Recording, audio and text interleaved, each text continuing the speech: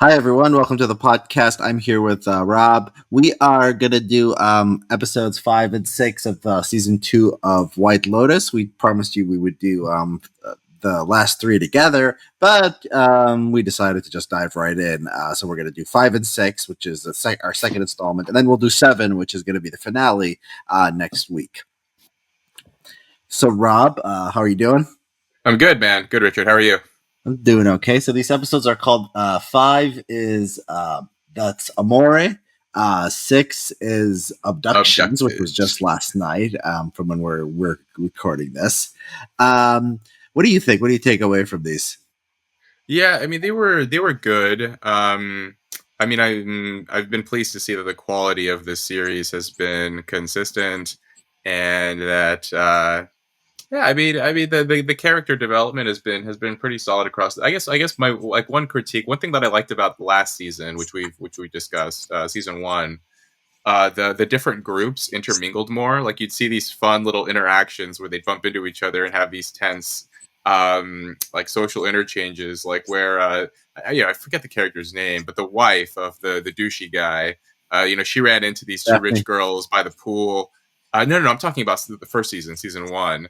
Like they'd have more interactions with each other across the groups and have these. They were just more entertaining. This time, it's each group seems very isolated. I mean, I guess you're seeing the hooker Lucia interact with the like the different members of the family, the DeGrasso family, and with the two guys, Ethan and Cameron. But overall, these are very sort of like 3 parallel stories rather than kind of overlapping. You know what I mean? Yes, I am trying to remember from last season. So you had the douche guy with his girlfriend. You had the old woman. What was the other? What was the other big thing? The group. There was the family, right? There was the married couple and their 3 daughters, and then there was like the hotel staff, Armand and those guys too, and then Tanya and Belinda, the other member. 3 daughters. My memory must be. Or no. I'm sorry. It was one daughter and her best friend. Oh, and the son, like the autistic son. Oh yeah. Okay, now I get it. Yeah. Okay. So it was the daughter and the best friend. Yeah. So let me just give you my theory. I have a big theory about the since after watching last night's episode, but I think it's interesting to just put this up there up front. I think Ethan wants to get cucked by Cameron. Ethan wants to get cucked. Well, that seems hard to believe because he did respond very angrily at the thought of them being together. He has to, yeah. But okay, so he's watching them like flirt at the beach, and then he's getting he's like getting upset, and his whole life is like Cameron taking all his girls, and he doesn't go and like try to interrupt or anything. He just goes swimming. He goes swimming. That part was weird. I wonder if because they never. It is weird to me that like they're a young, relatively young couple, right? And they haven't once, at least that we've seen. I mean, apparently not that they don't have sex. Yeah, I think that's the point. I think that's what they're trying to convey very clearly. And then you see that he's, he enjoys porn, but like, and his wife is clearly, she's unsatisfied. Do you think this has happened? Like, okay, so let's go with this theory. Has it happened before? That he's been cucked? Yeah. Has Harper cucked Ethan before? I don't know if Harper has cucked him, but no, probably not Harper. But his relationship with Cameron, it seems like Cameron is he's like telling the story. Cameron is always having sex with these girls that I like. Because like, he's, what was it, mimetic. He falls prey to the mimetic competition. He puts it in her mind. He brings it up. And planting the seed. Oh, interesting. Okay. How many times can this happen without like him like taking precautions next time, right? He just stays friends with this guy who's like always having sex with his girlfriend. Like whenever he finds a girl, like I guess like one flaw there would be, well, it depends on what he likes. But if he enjoys having Cameron take it, like take girls from him. I mean, that did happen with the hookers. And Ethan didn't seem to enjoy it, right? He was like in the bathroom smoking. Like, oh, you're right. He had a chance. Oh, but that's not cucking. That's not cucking him. That's just having just having But sex he with had some. these two girls, and they were all together, and then he takes them both, which is yeah, but he didn't enjoy it, or he didn't seem to. I No, but mean, this is not cucking. This is not. They're just his prostitute. He doesn't. He likes to be cucked. I think he doesn't. He doesn't need to. It's not just the sex for him. It's not just that. Uh, yeah, and he's got to. He's got to. He's got a part of him. Has to not like it, and it's got to be partly that's subconscious. part of why he needs it to happen. I mean, oh, I don't know. Let me give you. Let me give you the So, other thing. so I have When another theory that does not fit. Like it's yeah. It will have a completely different outcome than what you're describing. But go ahead. so when he imagines them, when he has that like hallucination of them there, and he's sitting on the bed, it looks like he's masturbating. He's like shaking, but then you look closely, he's just angry. He's shaking, right? And I think Okay. that was supposed to be suggestive that he could be actually. It's very vivid in his mind. He's watching it. He's angry, but he's like excited by it. Hmm. Yeah, he was sitting on the bed, which was an interesting creative choice, right? He could have been he could have walked in, or he could have been in the bathroom watching it, but he's sitting on the bed, which was where he was And watching porn in the earlier the episode. shaking was very explicit. Like you don't have to show him like shaking. Like that's not common. Well, that could be just him like full of rage. Yeah, yeah, I get Um, that. I get that's what they're. Yeah, but it's like plausibly like something else. It yeah. invokes something else at the same. They love the symbolism. You watch the theme, and like it's like too much. Like like the theme music. It's like okay, we get it. Fountain. Okay, we get it. Fountain exploding. Like I get. It's like every. It's like I get it. I get it again. It's like the symbolism is like over the top. So this is like sort of in that sort of tradition. Do you think anything actually happened with Harper and Cameron in that room when they went up? Right, they're all at the beach, and then Ethan goes for a swim, and then he comes back and they're gone, and he gets a text from Harper, and it says, went up to get my hat. He goes up there, he bangs on the door, and there was something suspicious going on there. I thought, but Yeah, like, yeah, why is that door open? yeah. The door that connects the two rooms, like that door was never open that we saw at any other point in the series. So, do you think Well, something happened? do you remember when they talked about the door, like in the first episode? Who wasn't it Harper who said, "I don't think we'll be needing that door to be open," Like, and now well, maybe suddenly we'll it's use it. open. And she's like, yeah, she's like, no, no, we wouldn't be used. So it's like they're telling us this door is closed. All of that. It's not like something that they've been using. It's not like something like that. It's there needs to be an explanation for that. Like they have to be like I don't know. It's not like they're not like planning him a surprise birthday party. Like that would be like it's like something like on a show would be something like So that. that's interesting, and she brushed it off, right? So she in the first episode, she said, "We're not going to use that door." And then this time he asks her, "Why is this door open?" And she kind of is like, "Oh, I don't know. Like, I don't remember." She kind of, I don't remember specifically what she says, but she pretends like she doesn't, or seemingly pretends that she doesn't know what's going on Yeah, there. she's like, Um, shut so it. Yeah. that is suggestive that something happened there. So I think what's probably going to happen. So this is my theory. Uh-huh. It's possible. It's no. Actually, no. It may actually fit with the cuck theory too. But so this latest episode, we saw that the hotel manager Valentina goes up to the room with Mia, Mm, Lucia's prostitute friend, the one who plays the piano, and she mm, tells them that I have a master key to this suite on the second floor, and you see them go up there. So I think what's probably going to happen here is that Mia is going to like lift the key from the hotel manager and give it to Lucia, or they're both gonna like use this key to like sneak into rooms and do their prostitute slash thief thing. They're gonna go up to Cameron and Daphne's room because they still haven't been paid. Um, they're gonna go in there, look for money. They're probably not gonna find it because the show's playing fast. Like I don't understand why Cameron hasn't just paid them. So apparently maybe he's not as rich as he lets on. Or I just think I think he's supposed to be a jerk. He's supposed to like he has sex with these guys' friends. He would just like stiff prostitutes just to like establish dominance or control. Like he doesn't have he has the money. I sort of think it's like I don't know if he does, or if he does. Yeah, I don't know. He's some like financially, he doesn't seem. Yeah. Although on the other hand, he does seem to have an understanding with Daphne that he does cheat, so he wouldn't necessarily be that. He wouldn't place him in too much trouble with her if these prostitutes came up to them both and said like your husband hasn't paid me. Like it wouldn't wreck his marriage necessarily. So it's possible. But anyway, so they're gonna go up to the room. look for money. They're not going This to is find never it. So then thieves. they're going to use the door, right? So they're going to use the Have they stolen things before? You said they do their thief thing. Are they thieves? I've never seen them steal anything.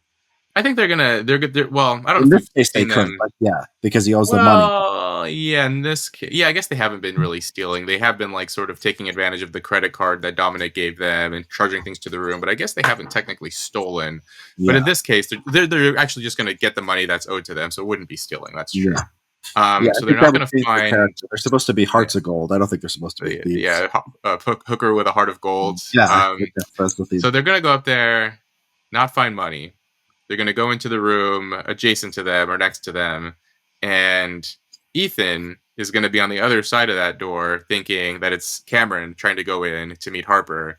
And he's going to kill them or kill one of them. And then that's what's going to happen. It's like basically it's going to be a sort of similar to season 1. It's like where the douchey guy kills Armand by accident, right? He sinks a knife into him and it was an accident. And so I think that's what's going to happen here is that Ethan is thinking that he's going to what actually is going to happen. He's going to take one of these statues, like these Medusa head creepy statues, and break it over the head. It's going to be dark or something. He's not going to be able to see. Do it really quickly, and he's going to kill either Mia or Lucia, possibly both. He's going to be waiting by the door. He's going to be waiting. Yeah. I think he's going to. Well, probably just sitting on the bed waiting. And then yeah. See who they are. Yeah, without really checking, or he's just going to immediately assume, like, the only reason this door would possibly be opening in the middle of the night or whenever it is because Cameron's coming in here and he thinks that I'm not here. There's going to be some arrangement where they think that Ethan's not going to be in the room, but Harper is in the room, but that's actually not what happened. Ethan's in the room, but Harper isn't. Something like that. And he's going to kill them, which I guess would still... Well, it could fit with the cuck theory. I mean, it would be odd if you wanted to kill the guy who's cucking him. But he's confused. It's like it's not Ethan is not in this theory. Ethan is not simple in any way. Like he could want to be cucked by a man, could want to kill him, and still like after it happens, maybe be angry enough to not want to acknowledge that part of himself. I mean, this is a very deep, it's kind of a deep like psychoanalytic kind of thinking, but maybe. But so they're both they both could be true. I don't know though. I Harper's an interesting character where there's been flirtations throughout the series, right? Where you see like both couples are at dinner and you'll see Cameron like reaching under the table and touching Harper's leg, and she kind of like plays coy, but she doesn't tell him to stop or say like what the fuck are you doing or what the hell are you doing or So yeah, there's so it seems like she's not necessarily opposed to the flirt, but it's also unclear if she's behaving that way because she's angry at Ethan for not being attracted to her, right? They had this kind of tense conversation in the last episode about how they don't seem to be attracted to each other anymore, or Ethan isn't attracted to Harper. Yeah. First the mechanics of it. I think it's hard for him to be standing by the door unless he's like standing right behind the door, waiting for they're in for 1 second. You can tell it's a small woman. It's not a man. I think it's very hard to mistake these prostitutes, and they have to get to they find these bodies in the ocean. So your theory needs him to like take them out to the ocean and dump them, but there needs to be a lot of them, or maybe it's different. Maybe there's the gaze. Something happens there, and it's not maybe that. But okay, no, yeah, I don't know. I mean, I guess it's one possible ending. The thing about Ethan is something is off. Something is wrong with this guy. Like there is some reason. There is some reason he doesn't want to have sex with his wife. He doesn't want to talk about it. He's not like interested in like explaining to her like why, or like he's just in complete denial about it. He's like he avoids sex completely. He doesn't want to talk about why or think about it or anything. He watches all this porn. Maybe he has a porn addiction, right? Yeah. Like this is something that people talk about. There's I guess there's I haven't looked deeply into the research on this, but there does seem to be some suggestive evidence that porn addiction is a real thing affecting young guys, and maybe like I don't know. And one thing the show does is it's sort of like it's very sort of up to date on cultural trends. Yeah. So it wouldn't surprise me if like somehow Ethan's addiction was a commentary on like what's going on with men or how it's wrecking relationships, something like that. And his shame and unwillingness to acknowledge it. Yeah, it's not that new of a concept. I mean, I think there's been, probably 10, 15 years. I think people have been talking about this stuff. Um, yeah, so there's something off about him, and like at the same time, he doesn't want to cheat on her. He cares. He doesn't enjoy her company either. It's like there's some weird. He like wants to like be loyal to her, and he wants to like her to know that he is loyal to her. But like he doesn't want to have sex with her, and he doesn't enjoy her company. And it's like, what do you want, Ethan? What's the deal here? Like, there's just something like very weird about this guy. Yeah, I don't know. There's he's clearly not. I mean, I saw some rumors on Twitter. People were posting that they think he might be gay early on, but that's. I mean, he was watching straight porn Yeah, that's too when we boring. He's saw just gay. him. That's boring. It's got to have something more Yeah. interesting going Well, on there. I guess the idea was like maybe he secretly has a crush on Cameron. Maybe that's why he invited them out. But that doesn't make sense to me because like, even if he did, like Cameron's not gay. So, like it's clearly so that just wouldn't fit. Um, so I guess the two things, yeah, it's either a porn addiction, or I mean, I guess like so porn addiction in itself as a phenomenon might have been around for a while, but as far as like breaking through to like to the point where people are generally thinking about it or discussing it, at least to me, right? Like this whole like what is it, No Fap November, and like this seems to be like a very Gen Z kind of trend, But at what's least what's from what what's the I've heard. what's the upshot of like that as like the plot twist? Oh, he has a porn addiction, so he goes into treatment. That would be a boring sort of ending for the show. Like, what's a like? There has to be something like A we lot get out of of the show is based on like people not being honest with each other, right? Like Cameron and Daphne's relationship is like based on them sort of tiptoeing around Cameron's infidelity, and then Daphne, like she heavily implies that she also cheats. Like there was a that. weird. So was that in episode 5 actually? Not this most recent, but the one before, where she and Harper are talking, and Daphne says like, "Oh, I have a trainer. You should get a Yeah, yeah, trainer." This, mhm.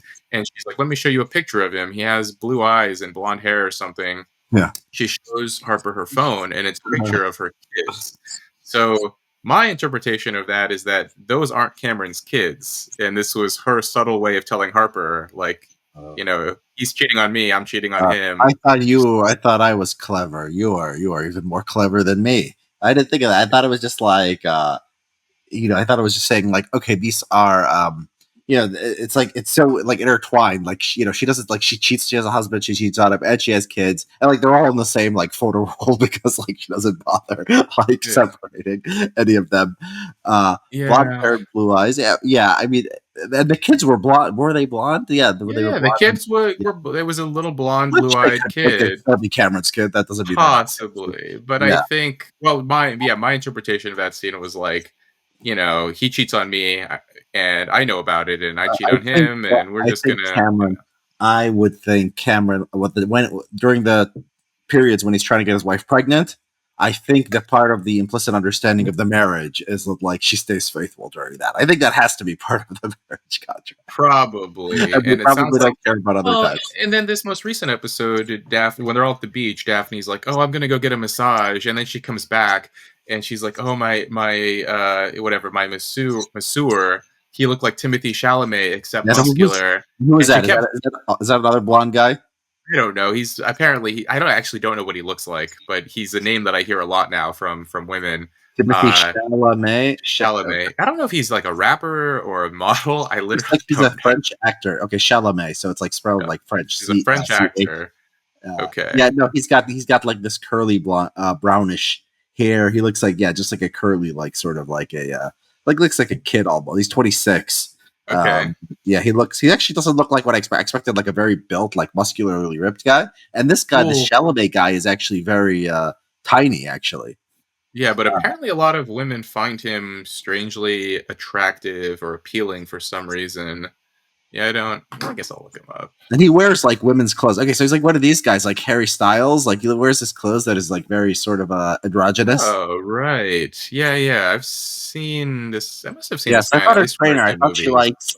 So I thought so her trainer. She likes like muscular guys. I Well, was she like, said that. She said he looks like Timothy Chalamet except muscular or oh, something except like yeah, yeah. muscular. Okay, so yes, so it Yeah. is. It is. Yeah. type. Interesting. But then she said that, and then later when they went to dinner, she's like, "Wow, he that guy really threw out my back." And I think she was like kind of implying that she wasn't just she wasn't just receiving a massage from him. So yeah, I don't think she's completely faithful in their relationship I don't think either. no, I don't think. I think when they joke about it, I think when they joke about it, it's not real. When she says, I want to touch my boobs, that's the moment she doesn't cheat and she doesn't bring it up. I think that's I think I, she's joking about it to make him think that she's playing it off, but yeah, I don't know. I think there's something else going on. We may not get confirmation because I don't think it's a huge part of the plot. But yeah, my sense is like the way she was telling Harper about how she knew and how she's like, you just got to do your own thing on the side, and yeah.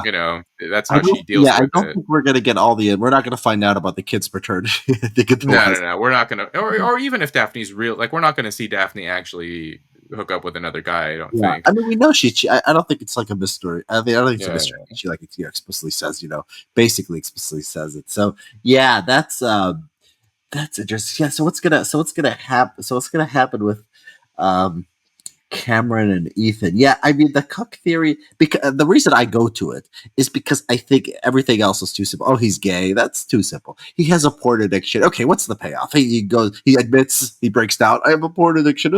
Like no, I think the show wants to be more sophisticated than that. Right? I think it wants to have something complex going on. And yeah, that's what leads me there. I don't know what else this guy's problem is basically. yeah. Oh yeah. Where was I going with that earlier? So the idea that I have is that a lot of the show seems to be about like not like people not just being honest with one another. So those two don't seem to be honest.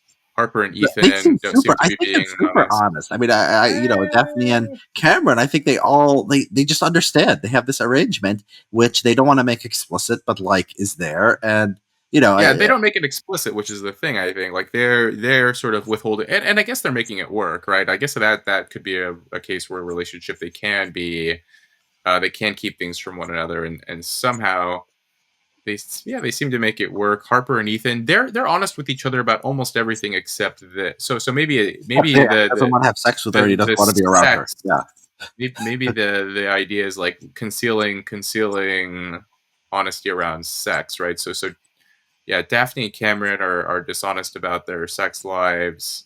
So are Ethan and Harper. Yeah, they're I not even mean, but they don't even say I'm faithful. They don't like sit there and like pretend like they. Okay, so no, I won't. yeah. I'll stop interrupting you about Daphne and So Cameron. So, then, yeah, with Greg and Tanya, they are well. I guess with their sex lives, they are kind of straightforward, but they're also keeping secrets from one another, right? Like Greg is in the bathroom whispering, and Tanya's wondering what's going on there. And I think like that, we can get to that too about like. I think we have more evidence now that yeah, Greg is probably involved with whatever the plot is around Tanya and the gay guys. Portia and Albie, right? Like they're not being honest with each other either. And like that's an interesting thing too. Like those two, if this was like a nicer like rom com style show, those two should have ended up with each other, and somehow they both ended up with like these kind of like gross sex workers, right? Like I think there's something.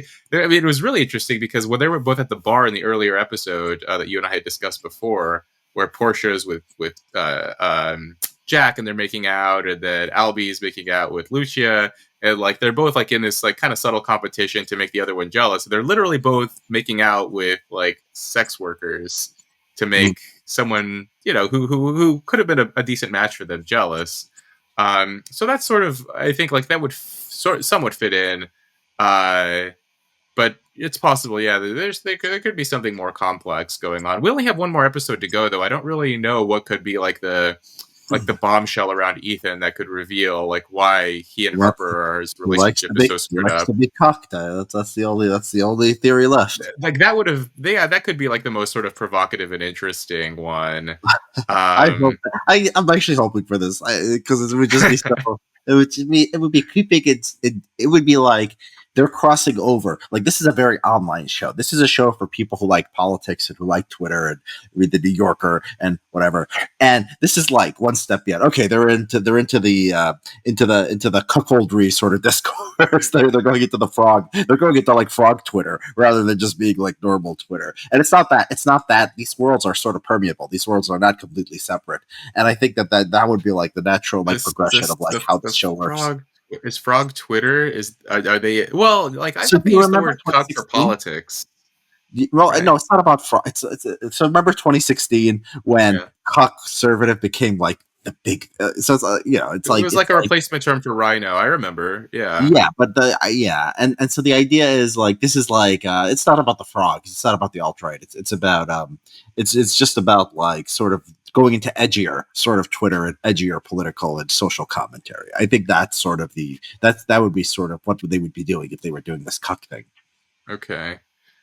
Yeah. I don't well, how would that fit in? Because like is there a discourse on Twitter about cuckoldry and this Well, there is is this like a idea. Well, there popular is a sex fetish? there's like it's not like something people are talking about, but it is like a thing that like very online people think about more than like non-online people. So like people Cuckoldry? understand that has like a so all these guys in the Trump campaign, like Paul Manafort, I think it came out as like divorce was like he wanted to be cucked, like he was he was Oh. what either swinging or cucking. I don't want to slander the man if it's just swinging, but let me see here. Uh, and Roger Stone also had a was a swinger, in his earlier days. Um, and yeah, no, Manafort they said would watch. So actually, there's like it's ironic because Trump they were like the Trump people were like these are the conservatives, but there was a lot of actual cucks like within the Trump orbit, and so there's something socially like this thing is like a thing, and it's not a thing that I like or you like, I'm assuming, but it's like a thing that like has some kind of social or like political or intellectual relevance. Like the fact that this thing exists is like interesting and it's not explored that much, but like this show would be sort of like breaking ground and like portraying it in like a drama. I'm trying to think about why. So yeah, would this intersect with politics at all? I mean, the politics of Ethan and Harper. Well, Harper, right? Harper is shown to be like the liberal white woman meme, Yeah. and Ethan is kind of, I guess he seems like relatively apolitical, but like vaguely agrees with Harper, or at least pretends to. And then Cameron and Daphne are seen to be like completely Oh, apolitical, if not like Ethan is Asian. vaguely. Ethan, I think that matters too. This is sort of the Asian male. It's like our Wesley Yang has like written about sort of being invisible and sort of Yeah, less sexual than well, what's Cameron's weird, the white yeah, bro. yeah, but then, well, that doesn't really, well, Well, if he does he wants to be fit cucked, here? it sort of would fit. It would be all like he But then you know that's so he's seeking invisibility, I guess, or something in that yeah he case, right? loves his Because his wife actually does want him, and he's the one who doesn't want her. yeah So yeah that's kind of the he's an Asian guy who made it but is uncomfortable and needs to go back into to being invisible. I don't I know. don't know. They're not going to be that explicit with it, but the fact that he's Asian is interesting, right? Like, I Yeah. like this show because a lot of the shows would have made like, it's amazing. There's like no black character. That's like revolutionary for 2022. There's no black character in the show. That's amazing. Is there not? I guess you're right. Yeah, they at least like someone on the hotel staff. They would have had someone, right? They would have. Yeah, they doing it in Italy Yeah, gave them an excuse. they could have made. Yeah, I guess they could have made Portia black or like half black or something, Or right? the But gays. The they didn't. gays are Globetrotters International. They could have some studs in their posse. Yeah, or even Jack himself, right? He could have been a black British Yeah, boy. Yeah, a lot of people could have been gay. It's there's yeah. black people in the background at like That the is bar really going down. interesting. I mean, I guess like well, the show I think tried to make some kind of like subtle commentary around race when Harper Yeah, told Ethan like, oh, we're their white passing friends, right? Because they're both like Harper's half Hispanic, and yeah. Ethan's half Asian, I We, think. we assume, And yeah. so it's like they're trying to pass or fit into this. That's what I thought that were going was like they're trying to pass into this like very rich white world or something, but they didn't really do anything with that. That is interesting. There's no black characters. I mean, even the last season, right? Belinda was Mhm. the worked for the hotel. She was the only black character there. Yeah. Um, And that's like fine. Like black people don't have to be like, if you have like 10, characters, like one doesn't have to be black. Like it's realistic that people's social circles are not, racially diverse. So it's yeah. like, it's like a sign. Like you don't do that if you're not a liberal. Like, it doesn't matter how you write a show. Like if you're a liberal, you make 30% of a black, no matter what. It's just like you're The art, you have to do this. Don't talk you're about it. American. Like, yeah. Well, yeah, I guess these shows are like, yeah, someone could definitely make the argument that these are kind of, yeah, these are conservative shows, somewhat right wing, right? Like they're very honest about, the way that sex can overpower people and get them to do stupid things, and like they're very honest about like male and female sexuality and how like even Harper's ambivalence towards Cameron, right? Like even if she loves Ethan, which it seems like she does, like when they're in conversation, like she's clearly distressed that her husband doesn't want her, but she's also very happy about the attention she's receiving from Cameron, right? Like Do you that's a think very honest do you think depiction of. Harper is sort of ups? Do you think she's so? Here's a mystery about the thing. So if something happened between Harper and Cameron, now it's clear that Cameron did tell her that like Ethan didn't do anything, and so if she went and did something with uh, Cameron after she knew Ethan was innocent, part of me this is interesting, and part of me thinks that what's going on here is like she sort of wants Ethan to have at least show he's capable of cheating on her, like to show he can like be with like a red-blooded woman, like the fact that he's just like watching porn, and, like not having sex with anybody. It's sort of like That's depressing. interesting too. And so Oh she gets right. so So she Ethan knows so she she watches finds out he's porn. innocent, and she just throws herself at Cameron because she's just sick of this guy. Like he's not having sex with her. He's not having sex with other women. The Like he's hookers. sexual Yeah. or weird. He wants to be cucked or like whatever. Like there's something weird with him, and she just gives up on him and has sex with Cameron. That's a good point, right? So yeah, that is interesting. So he likes porn, but he wouldn't have sex with the hookers, but he also won't have sex with his. I don't know. To me, this is sort of reconfirming my belief that this is actually just a sort of straightforward standard case of porn addiction. I mean, I've talked to young guys who have told Do me they they not have these like kind of women? Does problems. that make you not like you're addicted to porn, but do you not like women too? I think no. Like guys tell me that they like, especially the guys who were like started watching porn, like from like the guy, like the younger generation from us, like guy like 18, 19 year olds who like from the time they hit puberty, from the before puberty, right? Like 7 years old, they had a smartphone, they started watching porn. They never really had a conception of what sex was like outside of it, and so then like as soon as they reached puberty, like that's how they associated sex with that screens and images and that kind of thing. So when they actually meet a real girl, it doesn't actually arouse them or excite them. Um, and so they actually like physically can't perform, right? And so they just like retreat even further into their addiction. um Mm, Now if you actually, it's interesting because like there's anecdotal stories of this everywhere, but then when you actually look at research, it's like very messy and inconsistent. But yeah. I'm inclined to believe there's something going on here where like if Did you that's all see you've the ever there was a known. Stuart Ritchie Substack that I shared in my Substack links one time on this? Did you see Which this? one? It Of was porn about addiction? whether porn causes impotence. Oh, And he interesting. looked No, at, I like haven't read that one. yeah, What did he say? he looked well. He looked at the data that like people present, like the No Fap November thing, and he said it's mostly does nonsense. It's not very good research. I mean, it's just activists and people complaining. Doesn't seem like there's a lot there. Yeah, I don't know. I'm skeptical that porn makes you not want real women, especially like a prostitute. I can understand like maybe not wanting like the messiness and the annoyingness of like a relationship, but like a prostitute is basically like a porn, but like in the flesh. I mean, you could pay her and you could do what you want, right? So you have like this freedom with it. So if Cameron, Yeah. if Ethan has this porn addiction, the fact that he wouldn't like prostitutes too is like, sort of weird. And I don't know if Yeah. is he even addicted to porn? Like we saw him watch porn like in the first one or two Once. episodes. He's not like all Yeah, day on his smartphone, like that's just true looking at too. porn. He just happened like they're showing us he's not gay and he's not impotent. That's what I Yeah. think they're showing us in like episode when he's looking at porn. Like it gives us that. And then like, we haven't seen porn in like 3 episodes. We haven't seen him do anything with porn. Well, I still think there's more evidence for the porn addiction than for the cuck theory, because there's almost nothing available for that besides like circumstance and some speculation. At least we did see him watch porn.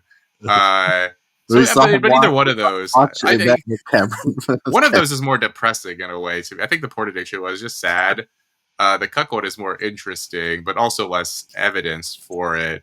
Well, it's funny. Like the show could actually come up with something even more clever and something that could like totally circumvent either one of those and do something completely I think different. there's going to be a Um, showdown, and then Cameron is going to be like, and then Ethan will be like, "You stole all my women," and then Cameron is going to say the big reveal. "Oh, come on, Ethan! You begged me to, you basically promised to me, oh and like it's, man, with your wife, you went swimming while I was making the move. You were sending me every signal. That would be hilarious. I want so this. Or maybe they'll leave it ambiguous, but like Cameron will be like, "You wanted to cuck," and he'll be like, "No, I don't," and he like kills him or something, right? Like yeah. this would be better. This would show like genius on the part of the writers, where I think like he's just a porn addict. Like it's not that's not that I guess interesting. both of those things could be true too, though. Is like maybe one of his Yeah. fetishes is like porn cuck fetish, so he's trying to like merge those two things. Um, what did you uh, what did you think about the big reveal around Jack and his uncle? So here's And okay. So this is so funny. Yeah, I cracked up with this scene. He's like, Portia, I got to go do something for my uncle. And then you find like Tanya uh, walks in and he's penetrating his uncle on the bed. Now Tanya, the next episode says, I don't think he's his uncle. Now I don't know why. she Like, doesn't do gays have disagree. incest taboos? Like, why would you have an incest taboo if you're gay? The whole point of incest taboos is reproduction. Is about like you are not because you're going to have damaged offspring. So the Wait, incest taboo is like you grow up with somebody. You're evolutionary psychology. You know how this comes up, right? So like the idea that it would work in the same way for like homosexuals, I don't know if that's right. Like, why would you have incest taboos? Like, it doesn't make any sense. well, it doesn't necessarily have to make like it could still just be like a sort of there's a term for this, but you know what I mean. Like it could still just sort of remain like the Westermark effect, right? Where you just are like naturally less attracted to people you grew up around and are familiar with from an early age. And this could also hold for gays too, right? Like gay men still have the sort of sexual preferences of straight men, youth and all of like the signs of like fertility, despite like young men not actually being fertile in the same way, they still, like all of those things can still sort of carry over, and we can still have those inclinations, even if you're, Well, you know, first of all, an uncle is not. existing. Most people don't grow up in the same house as their uncle, so the uncle is an uncle is usually not. An uncle is like I think that's more of a because a lot of cultures they marry. I mean, they have married between uncles and nieces and cousins. So this is like something that like society reinforces. It's not Yeah, like the yeah. natural is like siblings. So Uh, then, I mean, so then this reinforcement could also occur for gays too, it right? Where could, like it you sort of could. absorb They're yeah, but their whole thing is rejecting like the bourgeois sexual morality. I don't know why the you would other, keep but incest. actually, now that you bring this up, like I mean, I I know gay guys. I have some gay friends. Like I've never actually heard whether like I actually don't know the gay community's opinion on like having sex with the same sex family member. Yeah, I It's think they'd be possible that cool. like maybe they're not like maybe it's actually not that but in this specific context like it's they're actually not related, right? Because like They're probably not. Yeah, in this context. they're almost certainly not, because we talked about this before I think, but like the different accents, like it just doesn't kind of fit right, like it doesn't make sense. It makes more sense that like Jack is just like a very handsome good looking young guy, and he just calls this rich guy his uncle, like almost like a sugar daddy arrangement, and just calls him uncle, to keep things simple. And I don't know, maybe there's like a weird fetish around that too, where Or to fool. I mean, to not to keep things simple. To fool. I mean, to fool Tanya and them because they could be running. They seem like they're running some scam here. yeah. Well, I don't know if it's about fooling necessarily, because I think, the uncle and Jack, they just like they really are like the uncle really just wants to have sex with Jack and just like, yeah, just call me uncle and I'll pay for your stuff, and like it's not really about fooling anyone, I don't We're think. not fooling Tanya and them. Look, he's there. I mean, look. So okay. So we'll talk about this sort of section of the show, and so like it's becoming clearer that what's going on is this is some kind of scam. They want something from Tanya, right? And like they have to explain why that kid is there, and like Uncle just makes it. It's just like it makes it more normal. Like he's just like having sex with this younger guy. I think maybe would throw Tanya off. Like it would hurt sort of this elegant sort of facade that Greg has. And like I think the other thing is he's supposed to take Portia and like keep her away, right? I think that's the point. I think that's like he's like doing his own thing with her. Um, but yeah, this What would really be sad is if the gay guy, the rich uncle, initially the whole plan was for Jack to come on board to distract Portia, and then he was like, "By the way, what if I pay you a lot of money? Will you penetrate me?" Like that was like an afterthought. Like that actually wasn't who he the whole plan was, he's not actually gay, he's not interested, and he's just like, he found the money appealing, and Well, they that had would yeah, they had this like sort of this gay guy being gay against his will in the first season with the kid and with Armand, oh the with the employee. employee. Well, that wasn't Yeah, against his will, I Armand mean, offered like to give he him doesn't seem like he was. It seemed like shift. he just wanted to have better shifts, I guess, or whatever. It seemed like he was like coercive. It So I don't know. was Did we talk about how the guy who writes this show named Michael something? What's his name? Mike White. Yeah, Mike White. He's supposedly bisexual, um, and a classical liberal. I think I read somewhere. Did we talk about that? That means evil right winger. You know that, right? That's code word. Classical Yeah, liberal. I mean, and a Like bisexual classical liberal, like he probably loves to read Andrew bisexual Sullivan. classical liberal. He probably reads Andrew Sullivan. Like if there's any writer who reads, it's probably If Andrew you're a Sullivan. bisexual classical liberal, yeah, you probably yeah. That's That would like probably, that's the target demo. yeah. I think that's right. He might be on Colette's mailing list or something. He might come across this, and so yeah, so it's interesting that he has like the bisexual is an unusual male perspective, and not a lot of men call themselves bisexual. Um, have we seen bisexual characters yet? People are clearly Well, Jack, right? Jack is Jack, right? he's a Jack. bisexual character. Yeah, all the prostitutes. It's funny you call them sex workers. I see that's such a politically correct term. I don't think I've ever said sex worker. Well, I use that term like in a gender neutral way because I'm referring to Jack too. Because it just feels weird to call him I don't know. There's something weird about calling a man a prostitute. Yeah, Does that? It's like say I he's would, sex I worker. would, I would say he's just his in the gay context. I would just say that's a boyfriend. I would just say that's an arrangement. I mean, An basically, yeah, you arrangement. could say it's Here.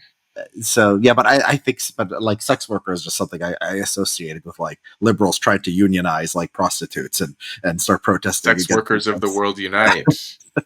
Yeah, I mean he's well there was that term gigolo, but no one really uses that term anymore either. yeah.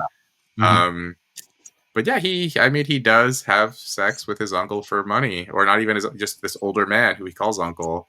There's something gross about that too, right? Because that same night, the implication was that he went and banged this dude, went back with Portia, Mhm.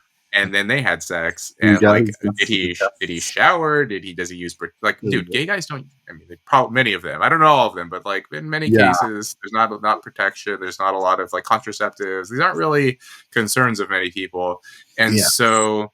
Yeah, that's and Portia has no. Like, was Tanya? Do you think Tanya was obligated to tell her like, "Hey, I just saw your guy that you're hooking up with have sex with this guy he calls his Yeah, uncle"? Like, should it's she have told it's in Portia? Tanya's character that she wouldn't. Like it makes sense that like she avoids like unpleasant things. But you know what? And it's so weird because Tanya was like sort of like a terrible boss and terrible to Portia the whole time. But then like when it comes to her boyfriend, Jack, she was never like, "Oh, don't do this." She was like encouraging. So it's like the first thing she was like encouraging with her on, or like nice to her about, like, "Oh, you like that boy? How nice and how cute," and becomes like sort of motherly and tries to give her advice.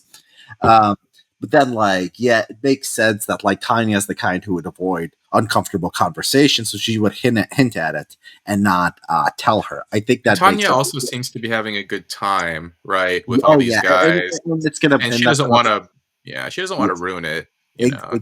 exactly. Yeah, so morally obliged, yeah, probably. I mean, yeah, definitely. I think, but but for her own self-interest she decided to keep it. So here's what I think is going on. I think Greg, the I can't remember what we talked about last time, but I think that Greg knows the uncle. I forgot what's this guy's name. Keep who's Greg forgetting. again? Oh, the BLM guy. Yeah, the BLM guy, Tanya's husband now. But who I'm is starting to think that guy this doesn't. guy's That Greg is. name? I'm starting to think Greg is like not really relevant here. I think that they. Quentin. Yeah, Huh? Quentin is the British guy's name, the older, rich British man. So I Okay. think Quentin knows Greg. So Quentin told Tanya a story a few episodes back, saying like, "I knew this American man or this cowboy and fell in love, but he turned out to be heterosexual and he turned out to be straight." I think that's Greg. And What? so What? yeah, What? yeah. When she looks at those pictures, is one of those people Greg?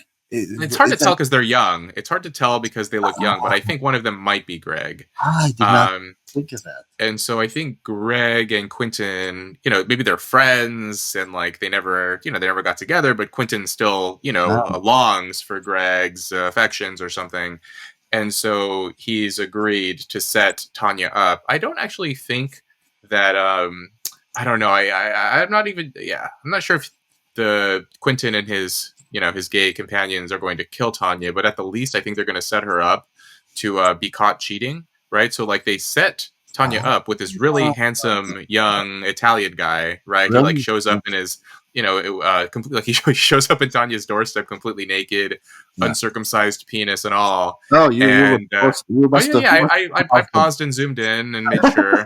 Uh, and and so yeah, and they're like at the end of the most recent episode, they're about to have sex, and I think that there's probably like a camera or something in there Mhm. so that Greg can use this to divorce and like probably I think they have a prenup, but Yeah. if she commits infidelity, I think he's entitled to some amount of money if it's her fault, if it's due to Basically, I thought the point of a marital. I thought the point of a prenup was no. I thought that the point of prenup was like it's supposed to be ironclad. But yeah, they I talked think about that, right? I think Yeah. there can be some stipulations there if like one of them is unfaithful. Well, if yeah, anyway. So I think like basically they're going to blackmail her or something either way Yeah. into paying some amount of money to Greg and possibly Quentin, and that's at least that's their plan. Things could go wrong, and like because some bodies end up in the ocean, so something could go wrong there. But I think that was Greg's plan. Greg doesn't strike me as the kind of person who would want to kill his wife, but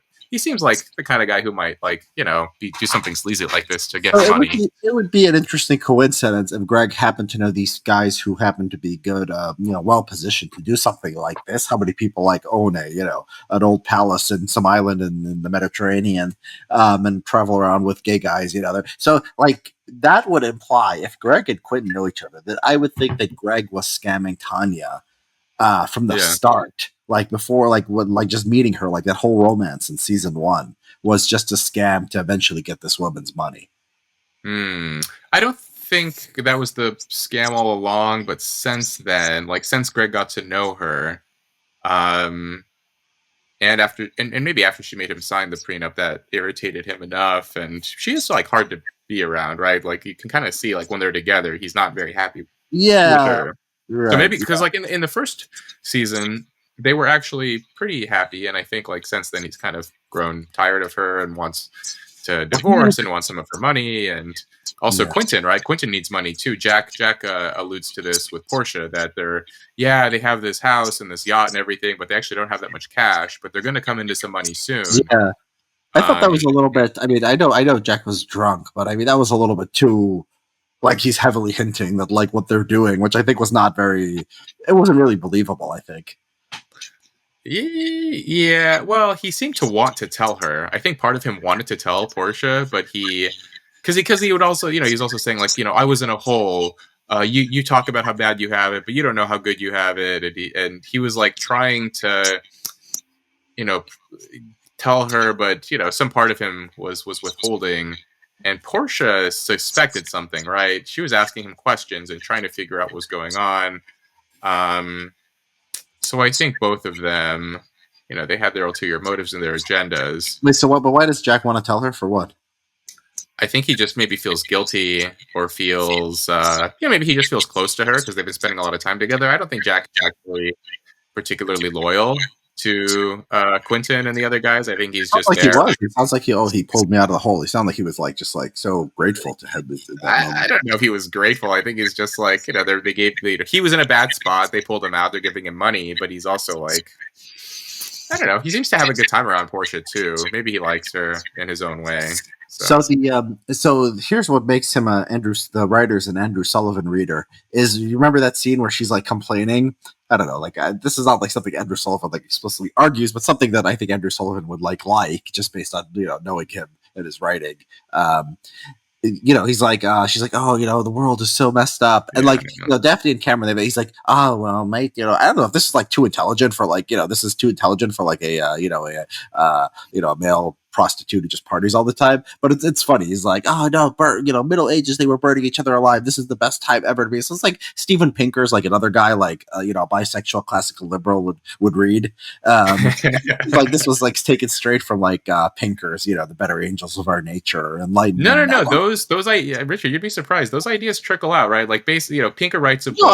I'm not and surprised. I'm not being sarcastic. I think he could have actually read the Pinker Oh books. I don't think it has to be even trickle. I mean, I don't know why he's a famous guy. So. Well, I'm skeptical that someone like that would read Pinker's Oh, book. I was talking about the writer. Yeah, you're right. No. I'm talking about so Jack the character would not read Pinker's book, but he would listen to a podcast, right, where someone references that idea, right? Or like hear a snippet on YouTube, like Joe Rogan, right? He'd listen to a Joe Rogan episode where someone brings that idea. Like Rogan might say something like that. Actually, Rogan would say this is the best time in the world, and and then this dude would listen to it and be like, oh, that makes sense. Trickle down ideas, yeah. So I think that makes sense, and I thought that was like an interesting seed, right? Because you're right. Like a classical liberal type would, they would experience some amount of glee at seeing like this very privileged Gen Z American girl who's like clearly lived a very fortunate life, and then you have this like downtrodden male, prostitute, sex worker, this guy who's clearly had like a rougher life than her, tell her like, stop complaining. Yeah, Rob, I usually think of the names of these podcasts after we're done, but it just popped into my head what the name of this podcast would be. I think it will be like Bisexual Classical Liberalism. We're just exploring the worldview of the bisexual classical liberal. No, I don't have to worry anymore, Richard, when you name our conversation. I used to worry because like I was still trying to finish my PhD at Cambridge, and when you and I were doing the Dahmer series, one of them, you said something like, Rob and I are reviewing the Dahmer series. It's about a gay white guy who kills and eats black men. So there will be lots to talk about. And I was like, do I retweet this or not? Like, oh God, because I still had to impress my department here. But now that it's over, I can, I can breathe a little bit more freely. Gay, classical, bisexual, liberal, or classical liberal, bisexual, classical, something like that. I think it's going to be something like that because I think we have. Well, what about the cuck thing? Cucks and bisexuals, and bisexual. Yeah, I think there's they would be aware of cuckoldry and they would be interested. A bisexual classical liberal is a very curious person. They like ideas. They like different kinds of sex. They would know. They might not be cucks themselves, but they would know about cuckoldry and like have an opinion on it. And, like a lot of people. Where did you hear that Mike White is a classical liberal? Where did he? Was that on Wikipedia or? I googled it. I mean, it might have been on Wikipedia. I don't think I read. Let me see here. You should. I never looked at this guy's face until now. Let me see here. He looks like a bisexual classical liberal. I mean, he just looks like confirmation bias. He looks like a gay liberal. He just looks like he looks like who's that guy? Dan Savage. He looked kind of like that guy. Yeah, he's a gay commentator. Right? Yeah. He's Where did I read? I wouldn't have like thought that up without like a good reason. I'm just gonna Google Mike White classical liberal. Politics. Yeah. Don't let's see. Political views. White Lotus. Yeah, if he's not, if I just sort of thought this up and this doesn't have, it's not we're gonna have to change the name. Did you just make this up and attribute a view to him? I mean, that makes the most sense to me that he wouldn't. I don't think you can be woke and make this kind of show, but you're also like, there's just so few conservatives who work in Hollywood. So classical liberal would make the most sense for someone who, critiques wokeness and makes interesting shows. So, yeah. Yeah, now that makes sense. Well, yeah. Well, if you do find it, that would be a funny title for this. Okay. Yeah, hold on. I'm really desperate to find it now. I don't want to be wrong about this because it's such a great title. But yeah, I'll look at it. I'll take the time looking up after this. I'm pretty sure I read it. I wouldn't just make it up out of nowhere. But I've got to confirm before we do that. It's a very honest show, right? Well, so like when there was a scene between Cameron and Daphne and the couples where Daphne makes this interesting point where, she makes this comment. It's a sort of a cliched remark where she says, when you're young, you sow your oats when you're young and you get it out of your system.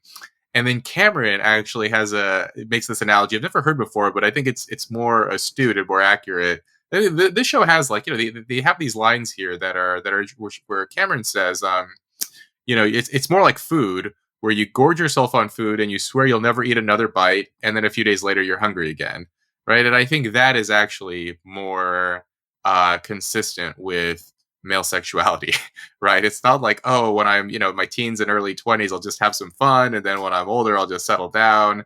I think really it's more like, it's more like food, and guys just have to learn to regulate their appetite if they want to be in a long-term relationship, and Cameron just hasn't really learned to do that. And then Ethan is, well, we don't know what's going on with Ethan, but generously, well, you see this with the DeGrasso family, right?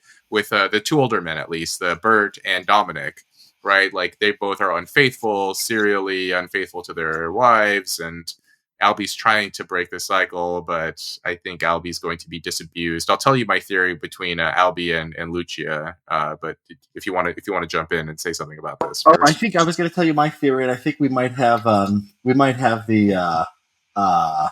same theory. I'm Okay. guessing it's probably not that hard to see. Um, Sorry, I'm just so obsessed with this idea of him being a classical liberal that I can't stop searching. But I will cut myself off from doing that anymore for the rest of the show. Yeah, go ahead. Tell me your. Oh, by the way, Well, let me say yeah. when you say this idea like, oh, you can't sow your wild oats. I remember the first time I heard somebody say that, or maybe the first time, it was like Bill Maher in like the 1990s. I used to watch his show Politically Incorrect. It was actually Yeah. politically incorrect. I mean, it was like he's become sort of boring, so you could say more stuff back then. I was like, oh, like saying like I'm gonna get it out of my system. It's like, okay, I'm done eating. Now I'm just gonna have toast for the rest of my life. He's like, it doesn't work like that. So that's like Bill Maher, like Andrew Sullivan, Yeah. Steve Pinker, like that. Yeah. These would be like the influence What of this. and those guys? Well, I don't know that much about Andrew Sullivan's like romantic life, but I do know that Bill Maher has never been married, and I know Pinker's been married and divorced multiple times. So that Okay, means Pinker been if you're married multiple you times. know, I didn't know that. yeah, Pinker's on is like, I don't know if he's married. I know he's had at least two divorces, at least according to Wikipedia. So that makes sense, right? If you're a 50-something-year-old classical liberal, you have those views about relationships, you might have a divorce or two under your belt. You may have a few, Yeah, a few romantic indiscretions, yeah, or yeah, just never get married, right? It'd be like Bill Maher, like permanent Playboy bachelor. yeah. Um, Sullivan, so I yeah, don't know. Well, Sullivan got caught once. Like when he was like early days of blogging, he was putting sex ads like to have sex with men, right? I okay, don't know if he ever got. I don't think he got married. yeah. I don't think he had a gay marriage, but yeah, I mean that's like the norm. That's what you'd expect for gay men to be, promiscuous. That's just like sort of the baseline. If you're not, I mean, that's something strange. Yeah. Um, yeah. So tell me your theory of Lucia. I'm pretty sure. Well, I mean, it's true for men too, right? Like if there were prostitutes that looked like Lucia and Mia, like just hanging around, like I think very few men would be faithful, right? Yeah.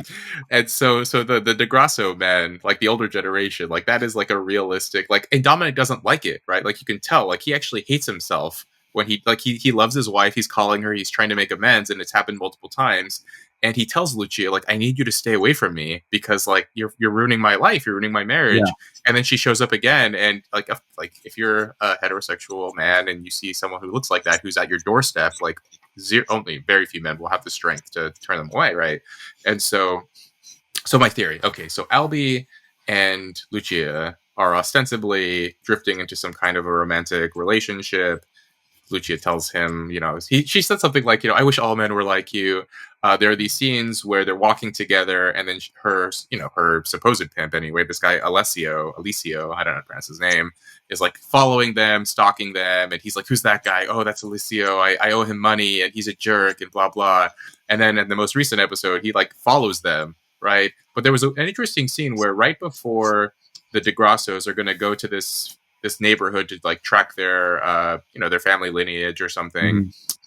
Mhm. Albie hires Lucia to be their translator, Yeah. and she says something to the bellhop. She like says something to the hotel bellhop as they're walking away, and one of them says like, "Oh, do you know him?" It sounds like a lie to me, where she says like, "Oh, he's the brother of my friend."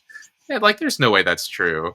And The so I bellhop. think, So the bellhop is. I don't remember this. She said the bellhop is the brother of my friend. yeah, yeah. Hmm. Like she's about to enter the car and they're about to drive away, she says something to him, and I think it's Dominic. Said, asks like, "Oh, you know him?" or something like that. Or it might have been Albie who said, "Oh, do you know him?" And she said, "Oh, he's the brother of. Oh, yeah, he's the brother of my friend." And it was a kind of a throwaway scene, but then later Alessio is following them, and I think probably what happened is like she tells the bellhop like, "Hey, if someone comes looking for me, if someone comes looking for Lucia, just say that like we're driving in this direction." So she's giving the guy instructions for Alessio to follow them. It's not like Alessio is tracking them; she's helping him. And so my theory is that Wait, Lucia, say that again. Say that again. What was the part? So the bellhop. They're driving, and then who's she giving directions so to? she told the bellhop, "Hey, Yeah, if a guy comes here looking for me, a guy tell comes me. asking for Lucia, say that we're driving in this direction on this road." Mhm. And so basically, she's working. So she wants Alessio to know where they're going so that he can Yes, follow them. yes. So there's a scam basically I think that she's running where she is going to trick Albie into saying like, hey, I owe Alessio $50,000 or 100,000 Yeah, euros or yeah, whatever, and yeah. if I pay off my debt then we can be together and I can come with you to California, we can go to America and live together, and then he's gonna get her the money and then she's just gonna like split it with Alessio, and then that's just like a scam that she runs with really rich naive young Yes, guys. So I think yeah, that's what's probably happening. I just don't buy that she's like really. I don't buy that she's in love with him. yeah, And yeah. Albie is like naive, and he wants to he wants to believe that the world is a certain way, and he doesn't want to be a misogynist and believe that women are capable of evil. But then there's that scene where all three of the DeGrasso men are at dinner, and Bert says, women are just like us, basically saying like, they're not like special, innocent, whatever. Like they're capable of treachery, just like men are. And I think that's probably what's happening is she's partnering with this guy. I don't even know if he's her pimp, honestly. Like he may just be like a guy who like she's like working with to Yeah, pretend in order to get it money. doesn't seem like they need a pimp. I mean, it seems like they've got the business sort of handled on their. Did Dominic go through a pimp? I don't know. Like it doesn't seem like it. It seems like they're pretty good at Yeah, I don't doing. think he's actually a pimp because he also just looks kind of, I don't know, he looks kind of young It and looks like not an extra from like Greece or something. Like this, just like this, like hood, like trying to be tough. yeah, he doesn't look like a scary guy. Like if you're a pimp who in Sicily who has women who look like Mia and Lucia working for you, you don't look like like a handsome extra from Greece. You probably look like Tony Soprano, right? Like you probably look scarier than that. So I just don't. Yeah, I don't really buy that. I think it's just it's a sort of a prank, or not a prank, but basically an Yeah. elaborate scam, a I love ruse. I love this. I love this because I thought it was very hinted very heavily at this when they were talking. They were by the beach, and she was like, like he asked her specifically, how much would you need? She's like, he says he owes, I owe him money, and he's like, how much would you need to be free? And like, because she's smart, she just doesn't say like right then and there, oh, $120,000. She doesn't say that, right? She just says, it's not your problem, It's a right? She's problem. noble, She and she's wants him to feel like a savior, yeah, right? Like she she's wants gonna him to offer, yes, yes, because yes. then she And has then she could say any number she wants. yeah, so she's making him think she's making him think it's his idea to free her, right? So it's like so obvious. It's like, oh, it needs a lot of money to be free. It's like, she's not like it's not like, oh, the pimp wants to control me no matter what. It's like, if I pay him, he'll leave me alone. And it's like, okay, like, so it's telling Albie, it's like telling Albie that like all he has to do is get his hands on some money. Um, and so yes, I think we're right. And this changes like how you interpret the rest of the show, because earlier in the show you saw Lucia and Mia talking to each other, and Lucia's like, "I met this American. He's naive. He's very Uh, nice. He's not like other." And like you're thinking, "Oh, she's in love at the time," but you look back and like, "Oh, he's the perfect mark." Right? yeah, That's you see it in a whole new light when you understand that that's possibly going to happen. And it would be great. I mean, it's a twist on this hookers with the heart of gold thing that we talked about earlier, because they're leading us into this trap. Albie is in this trap too. where he like he just thinks their victims are trafficked. They're not just like whores who are just like want money. They're just like they're victims. So female victims, and then we the viewer are like maybe we're not as liberal as Albie, but we're like we like this hooker with a heart of gold sort of heartwarming story. And yeah, it's not going to be either of that. They're going to be criminals who rob the guy. They thinking about the dead now. That could be the three generations of the DeGracio men. You think? Oh, well, who? How would this work then? That the hookers have them killed, I don't know. I don't know. I'm not sure exactly how, but they get or the money and they kill. Alessio? Maybe. I mean, maybe possibly Alessio Yeah, really is. they get the money, or Albie has to like do so. He has to like rob his because Albie doesn't have himself. He asks his dad for money at some point. He doesn't have like whatever the money would take. So they have him rob his grandpa and dad and then kill them all or something like that. It's something. I don't know. Yeah, Um, yeah, yeah. but you could imagine it. I mean, it would be. I'm just thinking like if yeah, if somehow Albie is the one to get killed, like if Ethan kills Albie, because that would actually make more sense, right?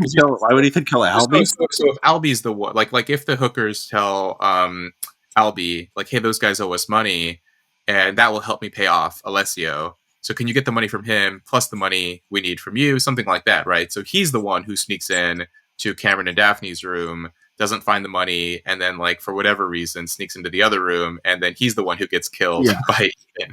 Well, I think they say he owes. Right? Bigger, Well, they say he owes like 1,200 or something, and it's like, well, it's like that's not going to make probably not. I think that's too small to get LB to rob somebody for. I don't think that's going to be a huge portion. I think it's going to be bigger money that they have. Like, Well, it may not be about the money. At this point, like Albie may just feel sorry for them. Like he's like, oh, we need this money, or like, by the way, so and so owes us, and he hasn't paid us. Can you go into his room and get the money for us? Because they're hookers, right? Like, even if they're getting a large sum of money, the $1,200 is still like, they're still going to want that money if they can trick some poor boy into stealing it for them, or getting it back for them. So Albie might be on the list, for, I just think something's going to happen, right? Like that's, whatever, Chekhov's double doors or something. Like those doors mean something. Something's going to happen there where someone's going to cross that threshold and get killed. Like that's at least one person. So, yeah. I don't. Yeah, the doors. Are somebody? I don't think necessarily you have to. It has to be the doors. How you end up with bodies in the ocean. That's gonna be. Yeah, that's gonna be interesting. Yeah, it could also be killings, and like it could also be multiple killings, right? Where like one person's killed there, and then like a whole separate, unrelated incident with Tanya and the gay guys, or the DeGrasso men, or something. Something else happens later on that leads them all to die. Okay. Yeah. Yeah. Two more things. First of all, the when they let her get kidnapped, Lucia, like that was funny because Albie, it's interesting, right? She's like, oh, I'll go with him. I have to go with him. Yeah. Oh, Don't let me ruin your day. And then Bert is the only he almost like goes and like stands up, but he's like the old man. So like to him, like he has this sort of old fashioned morality where he'll actually like stand up to the girl and not just take her word for it that she wants to go along. So that was interesting. I don't know if there's much there. Oh, but the family reunion I thought was interesting. And you know what? I think there's a commentary here because Dominic is like, I could have grown up here, and like Bert is like, oh, you would have never stayed here. This place is sort of for losers. But then they go to like the family house, and those people are just like sad. They're just sort of scared and like isolated, and they don't want to. It looks like the mother has like Alzheimer's. Bert's cousin, and she just chases them off.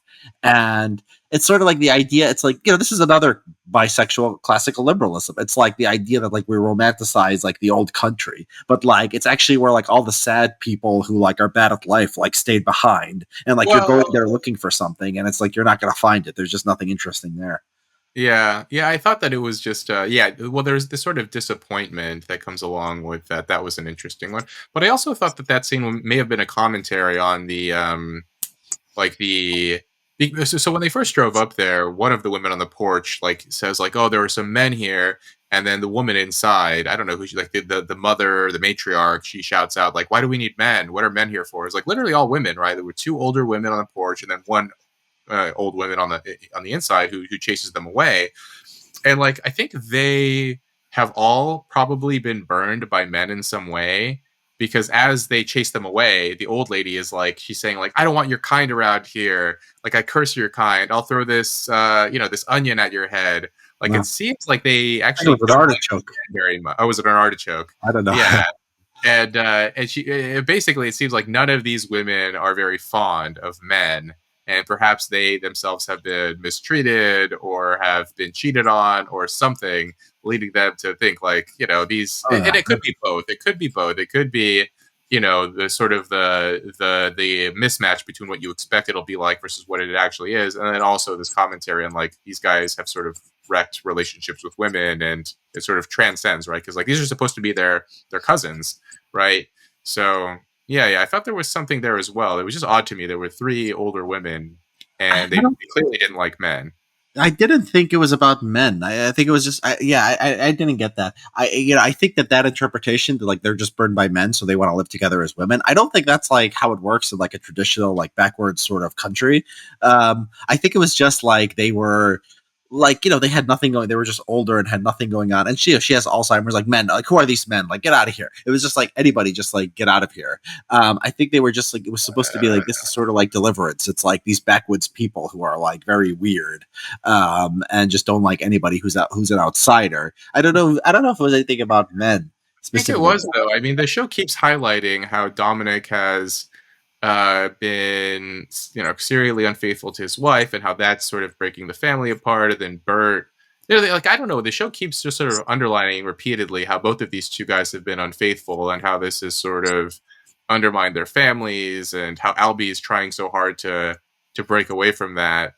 And yeah, so I think they may have been trying to combine both of those two messages at once, like the sort of like this homecoming thing too, like what Bert said later on when they're at dinner. Bert said something like, you think there's gonna be a homecoming and the warm embrace of a woman, and you don't get it. And then he like, he's kind of teary eyed. He's like, I'm gonna go to the lounge. I'm not hungry. And I thought that in itself was sort of a commentary on how like if you are a bad family man, you don't get to have the warm homecoming. You don't get to have the warm embrace of a woman, especially when you've been mistreating so many of them your whole life. Yeah, I don't know. I don't think this is. I don't think this is bisexual liberalism. I think bisexual liberalism is like too accepting of male and human nature to hold Oh no, anything no, it's against still men. accepting, right? Like I think it's very honest about male sexuality, but it's also honest about the cost that it inflicts too, and the consequences and the penalties associated, right? Like you don't get like men can be that way, that's how they are, but then also there's all these sort of But side you don't get effects. the homecoming. It's not like their fault that like it's not that these these people in Sicily they've never met. I don't know. It's I think it's I think the causation is not very strong between what they did and not getting home. It's like symbolic, maybe. I don't I know. think it's yeah, that's what I think it's symbolic. And I think like there's just a sort of a general undercurrent here about like the effects of infidelity, because they're also that's also a sort of an undercurrent between the two younger couples too, and what's going on there.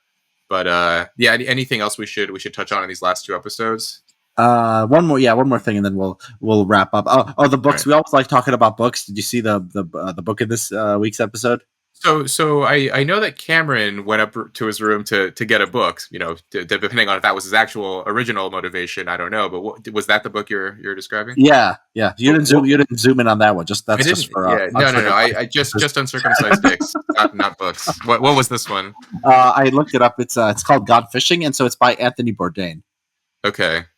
What's the significance there? Do you think?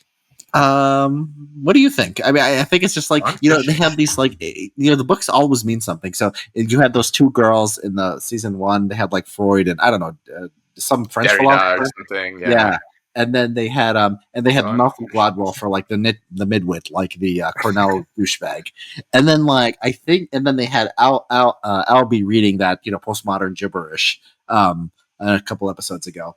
Gone So this fishing is by Anthony Masters. it's not Bourdain. Did I? I I don't know. Well, there's a book called Gone Fishing by Anthony Masters. Is there a book called Gone Fishing by? No, that's Gone Fish. Wait a minute, let me see here. So what's the Uh, book called? Gone Fishing. yeah, Gone book. Let's see here. Fishing. There's no Anthony Bourdain Gone Fishing that I can see. Where did I find this? Okay. Born fishing. Let me see. Anthony Born. Bourdain books. Let me just look I'm this just up. gonna look up fishing Anthony Bourdain book. Oh, Gone Bamboo. Okay, it's not Gone God. Bamboo. What? Okay. Okay, God Bamboo. Okay, I don't know why I thought it was God fishing, but yeah, I did look it up at the time. At God Bamboo, White Lotus. So yeah, that's what I saw. Uh, So and what is so this? So it's a sequel to. All yeah, right. so I think this is like sort of the same line as like Gladwell. I think it's sort of like that. Bourdain is even more sort of. I don't know. At least he went the at least the douchebag. What's his name in the first season? The name of the douchebag or Yeah, the the I Cornell don't douchebag. remember his name. Yeah, Okay, yeah. I know yeah, the Cornell guy. yeah. So Yeah. he's like a little. You know, he at least went to Cornell. So I guess Gladwell is.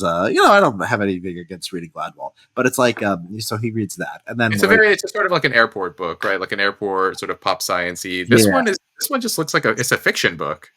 Henry and his wife uh, Frances live an idyllic life as two of the Caribbean's most charming expats, but when interesting. dominating So a powerful Bourdain. capital is So I relocated don't to the know a island. lot about Bourdain. I know he had a show on CNN, Fictional which book. is involved going all around the world and like eating interesting food. So I think he was like a born vivant, but he killed himself. He was like depressed in the end, and he killed himself. You know Bourdain's story.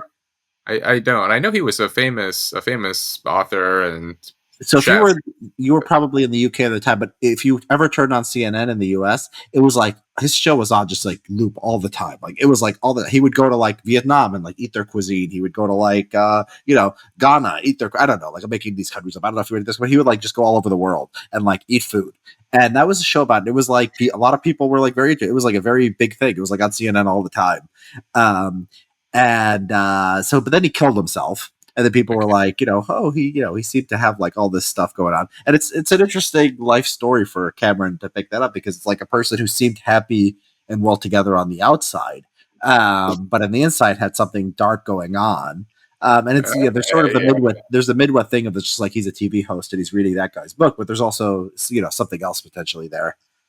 Yeah, I mean, to me, it just seems like, I mean, it does seem like a good midwit kind of book because the book itself is kind of related to so it's about like a couple who's at an island and then like somehow the mafia is involved and it just seems like, oh, like, Cameron's the kind of guy who would be like, well, I'm going to go to an island with my wife and it's in Italy. So something mafia. This seems like a fun little beach read.